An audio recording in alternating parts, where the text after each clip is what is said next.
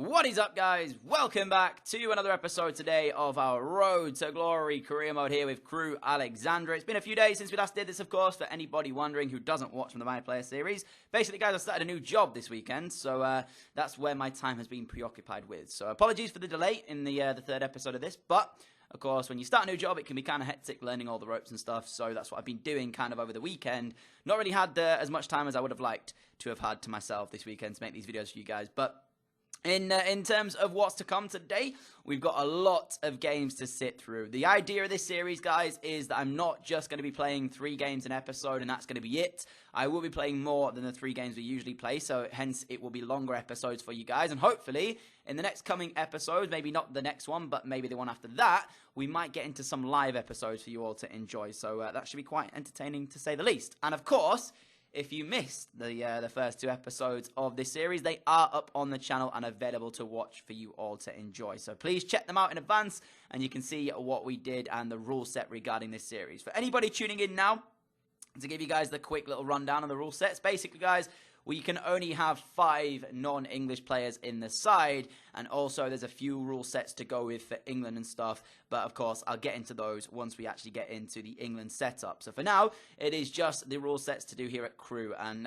there's a few things we've got to do, but a few of them are going to be long-term ones because we just can't do them right now, like for example buying and selling players for astronomical amounts of money. I think we've got to buy one for, was it 50 million and sell one for 60. And we just can't do that in League 2 because we don't even have 50 million in the club. I don't think the club's worth 50 million, to be fair. So, yeah, we've still got a long way to go until that stuff happens. Now, moving forward, you can see I did sim the first 2 games of the episode. I decided to sim the first one just to see how this side here at Crewe is going to hold up in a sim game at home. Now, if you don't know, guys, when you play FIFA, if you sim the home games, you have more chance, of course, of winning them. I don't know why, it's just in the code. You can play literally against League 2 clubs, Premier League teams, away from home, and you can still lose the games even when you shouldn't do, playing your best team. So it is, of course, possible to do that in real life as well. I'm not saying it's not, but, you know, sometimes it just kind of gets frustrating when that happens. So I decided to also sim this one in the Checker Trade Trophy against Newport County. The reason I simmed this one was literally because I have no interest whatsoever in the Checker Trade Trophy. Like, zero interest at all. We've got to win, of course, a Champions League, a Premier League, a FA Cup, and a League Cup, but I didn't put the Checker Trade Trophy in there just because it really doesn't matter to me personally. I know for some of the lower league clubs, of course, it is quite fun to playing, and of course, trying to win it is also a bonus because you get some silverware, but I'm just not that bothered with it. Now, into the final kind of few days of the transfer window, guys. If you don't know what's happened, we've had a fair few outgoings, a fair few incomings as well. I've managed to get the list of non-English players down at the moment to, I think, 3. There's only 3 non-English players left in the side, so that, of course, leaves us with 2 available spaces to bring some in. But for now, I'm not going to try and sign anybody because, of course, later on in the season, we'll be able to make some pre-contract signings. And when that happens, a few of them may not be English, so I obviously want to have a situation where I can obviously go out and pick up a couple of non-English players on pre-contracts that might be helpful for us moving forward. Now, I did go and join, or I did go and try and loan in, I think, a couple of players. The first one there was someone from Charlton. He was a striker, quite pacey, not really great technically, but in terms of squad depth, he'll do just nicely for us here. And then I went to loan this man in, Alex Byrne. Again, not the greatest player in the world. He's only 52 rated, but for squad depth, if I ever need him to come off the bench or whatever, fresh legs, it's just something we can have. And I cannot stress enough how important fresh legs are in the lower leagues of football. They are so important in FIFA in general, but even more so in League 2. The amount of mistakes that happen when players are running out of fitness and running out of energy in this lower leagues is just stupid. So having fresh legs in the form of Anhia Grant and, of course, a Burn there we just brought in is going to be important to us. And at the time, we only had 1 backup striker, and that man was the man that's actually led the line up for us just a minute ago against Newport County, who picked up an injury in the game as well. So as it stood, O'Reilly, sorry, he picks up an injury in training a few minutes later in the episode. It was important that we did make the signing of Anhia Grant because otherwise we might have been in a poor situation going forward. But we've got 4 strikers now. Of course, 2 of them not fantastic, but we'll do the job hopefully. Now, if you remember back, guys, I sent out a scout to look for the next big thing in football, and of course, there wasn't a guarantee that it was going to be English. So I decided, and of course one of you guys in my Twitter feed sent me a message helping me out. Thanks for that. We actually, I got a message from one of you guys in the Twitter, basically saying that, of course, I could save the game, come back into it, and the player would, of course, then be my choice of nationality. So what I did was to make it fair, so that I wasn't making it like I could get an absolutely, you know, ridiculous player. I made the decision that if an England player popped up, I would keep it no matter what position they had or what kind of overall they were. I literally said to myself, I'm going to keep going until the player that I get in there is English. Luckily, it's a centre forward. He's not the greatest rated. He's 55. I don't think his potential is that fantastic either. But I mean, in terms of what it could have been, it's not as bad as it possibly could have been. You know, if we could have got a goalkeeper, but to say the least, goalkeepers are so easy to climb ratings with in this game. It's just stupid. So I'm glad we didn't get a keeper. I would have preferred maybe something like a winger or maybe a centre midfielder. But a centre forward's fine. You know, it'll do the job for us for now. So Isaac Turner is the man who has come through our Scout Future Star. He's a 55 rated centre forward, not the quickest, but he's got decent strength. He's got, I think, 3-star skill moves, 2-star weak foot, is it? Something like that. I can't remember. I showed you guys it a minute ago. So I can't wait to get him into some action, but I think for now he's going to have to wait and we'll get his overall up a little bit before we start putting him into some in-game games. So I did throw him straight into the training system after that, taking out Grant, of course, who is our centre midfielder. One of the highest rated players at the club, to be fair, is Grant, and now he's like 68 rated, which is very good. But at the same time, very bad, because what it does mean is that we might not be able to keep hold of him for much longer if teams do start to see this and want to make the signing of him. So it's good we've got a rated or high-rated player. It's not so good that he's as high-rated as he is, because we could be losing him. So maybe I'll have to think of a way we can try and keep hold of him at some stage. But going into game one, guys, it was looking pretty good for us. We were sat 5th heading into game number 1 in this one here. We're taking on Grimsby Town.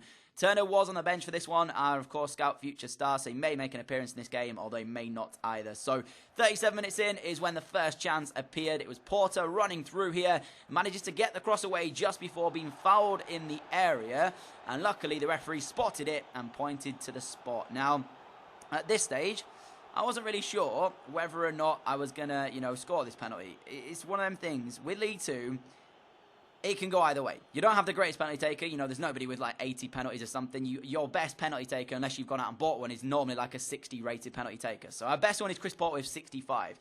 And of course, when you've got that happening to you in this league, it's not exactly right in the corner. But luckily, I went to the right and the keeper guessed wrong.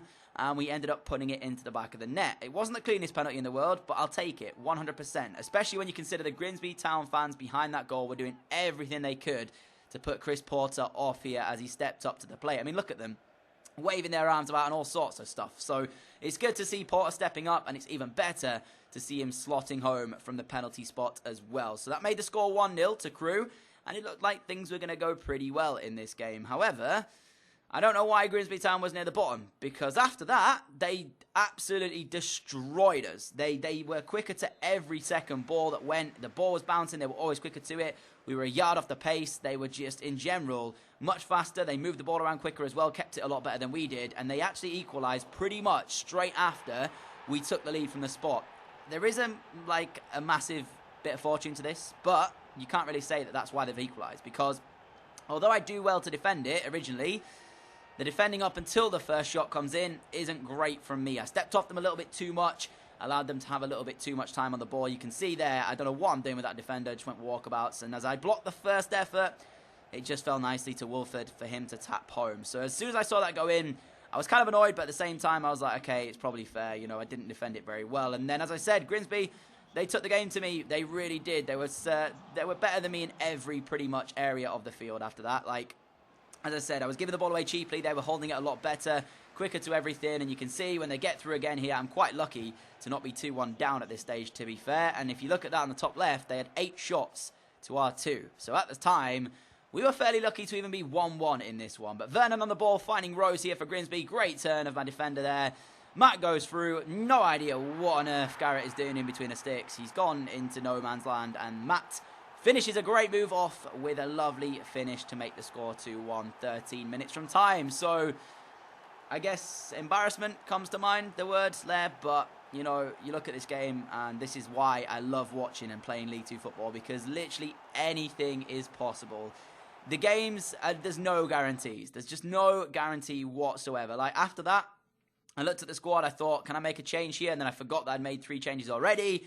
because I needed something to give. We just weren't playing well, and it was just not a good day at the office. And you can see, as he played the first game, we sadly fell to a defeat against Grimsby Town. Full credit to them. I have to admit, going into the game, I felt quite confident. I felt like we were going to get the result, but you know, they were bottom of the table or near the bottom for some strange reason. They didn't play like it. They absolutely slapped me about there and taught me a lesson. So, yeah, slightly disappointed with that, but I'll have to move forward and we'll have to keep going and hopefully bounce back in the correct way next time out because, of course, we've got a long season ahead of us here. 46 league games to play and we're only 5 or 4 into it now. So, yeah, I mean, I'm looking forward to seeing how far we can take it in this first season. Because if I'm being honest with you, I was looking at this first season thinking this is going to be our building season. We're going to build something here for the first year.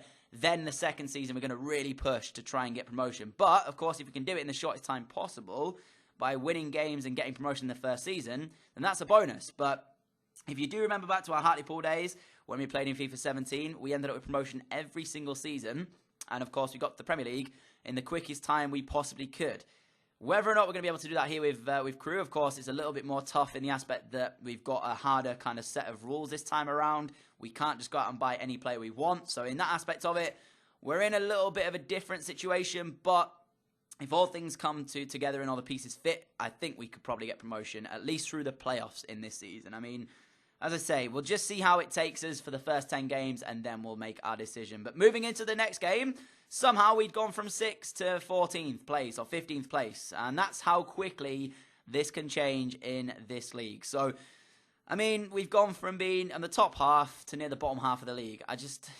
Within one game, one defeat has sent us that low down. So I changed the team around a little bit. Added Anhia to Grant into the side, of course. Our new loanee signing, he started to get the right midfield spot.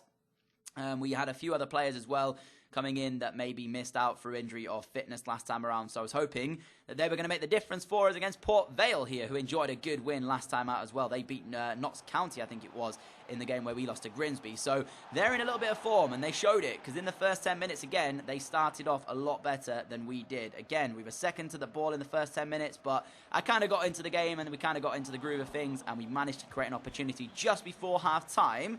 And then Cooper with a corner goes short to Grant. He whips across towards the middle. There is Walker trying to win the initial header. Doesn't manage to do it. And Anhia Grant, on his debut for the club, does have his effort pushed over the top of the crossbar. Now into the 70th minute we go. Bowery on the ball, finding Porter. Porter with a nice 1-2. Gives it back to Bowery. And luckily for us, the chance is golden. And the score is 1-0. I wasn't quite sure if that was going to work out, I have to admit. When I first saw it, I was a bit surprised to see Bowery just about squeezing that one home.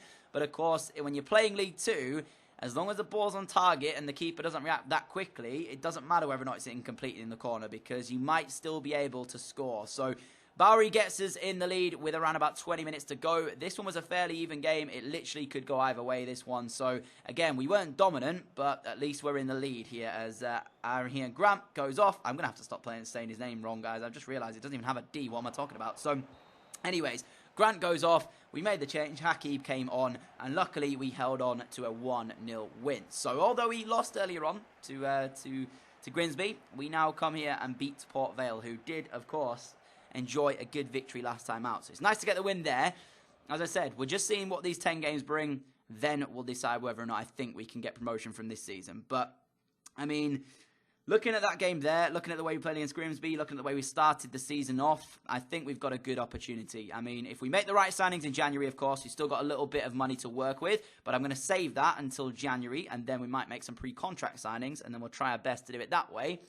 And maybe, just maybe, we will be able to grab ourselves a few stars in for the next season on pre-contracts. And I don't know if you just saw that a minute ago, guys. As I said, we were 15th going into the game against Port Vale a minute ago. We're now top of the league after the victory against Port Vale. It's crazy. We jumped 14 places within one victory. That's how close the league is. It's just absolutely crazy. So we decided to sim the next game against Chesterfield again, guys. Just trying to get through the games a little bit quicker than I did in the Road to Glory previously, because, of course, I want to try and get the full kind of Road to Glory in swing. And, of course, I don't want to have to play every single game in League 2, because that would take a long, long time. 46 games at like 8 minutes a game, that is a long time, guys. So I don't want to have to do that. So if I can sim some here and there and make it a little bit quicker for myself, that would be always okay for me to do. As we ended up with a 0-0 draw there against Chesterfield. Not too worried about that. I'll take a point at least from that one. Moving into the next game, though, we're going to be taking on Cambridge United. And this one is going to be a fairly interesting one indeed. I decided that I was going to start our young superstar up top. Isaac Turner, the Scout Future Star, coming through the club's youth academy, is going to make his debut for the club. Crewe in 5th, Cambridge in 18th at the time. Of course, as I said, positions at this stage would mean absolutely nothing whatsoever because it can change in an absolute instant. So this is a good test for Isaac Turner to showcase what he's got in his locker. 17 years of age, brought through the club's academy through the Scout Future Star. Can he be the difference maker in this Crewe Alexandra side? The Cambridge one is that one on your screen right there. Again, I only recognise a couple of players, and that is Ford in between the sticks, and there is one other. I think it was the man up top. Is it Aziz or something, however you say it? But Cambridge, they started off pretty decently for the first 5 minutes, but they were penned inside this right-hand side here, and we managed to create an opportunity. Isaac Turner with a cross towards the back step, and there was Grant to nod us into the lead. And within 6 minutes of his first start for the club, Isaac Turner had got himself an assist. I don't know whether or not I want to deploy this young man as a striker, or whether or not I want to deploy him as like a cam or maybe a winger. So what I want you guys to do is, where do you think this Scout Future Star's best position is going to be? Isaac Grant. So Isaac, wait, is it? No, not Grant. It's Isaac Turner. That's his name. Get it right, Dan. What are you doing?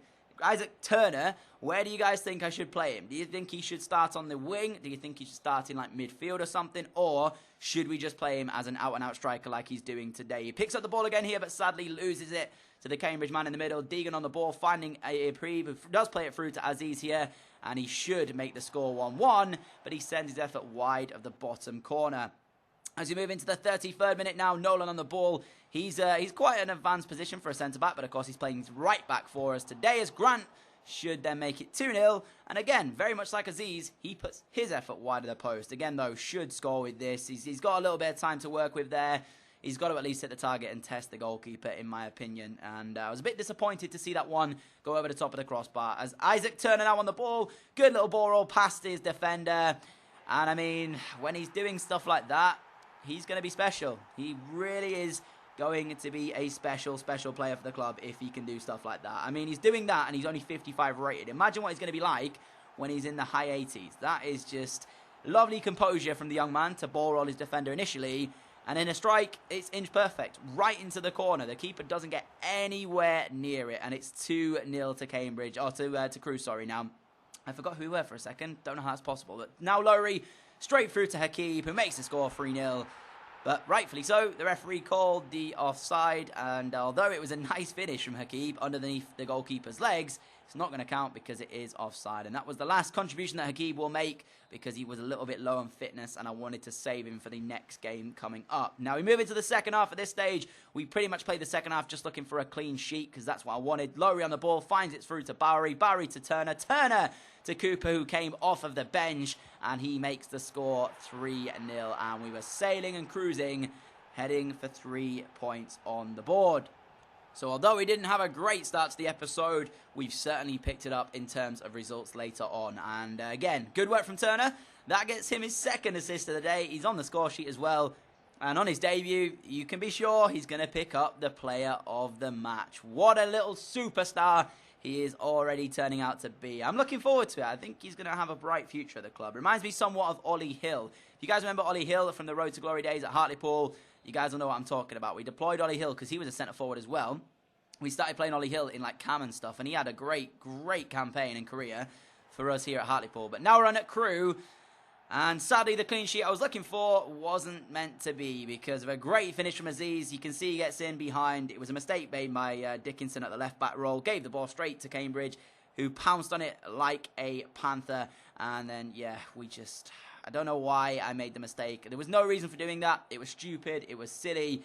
And there's 9 times over you would play that, he wouldn't score. He wouldn't do that again. And somehow, the one time that he did manage it, it's in off the post and it's 3-1. So 2 minutes from time, we don't get the clean sheet, but we do manage to pick up the 3 points. So that is kind of all that matters.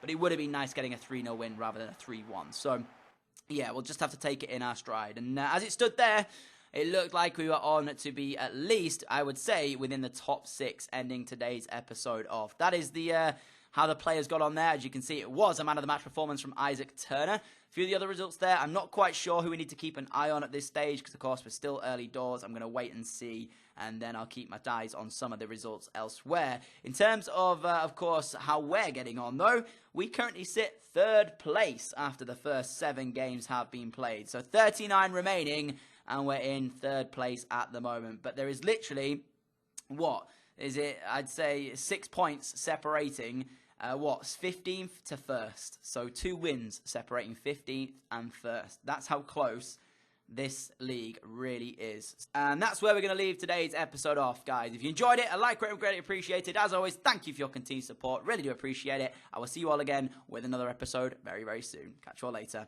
Adios.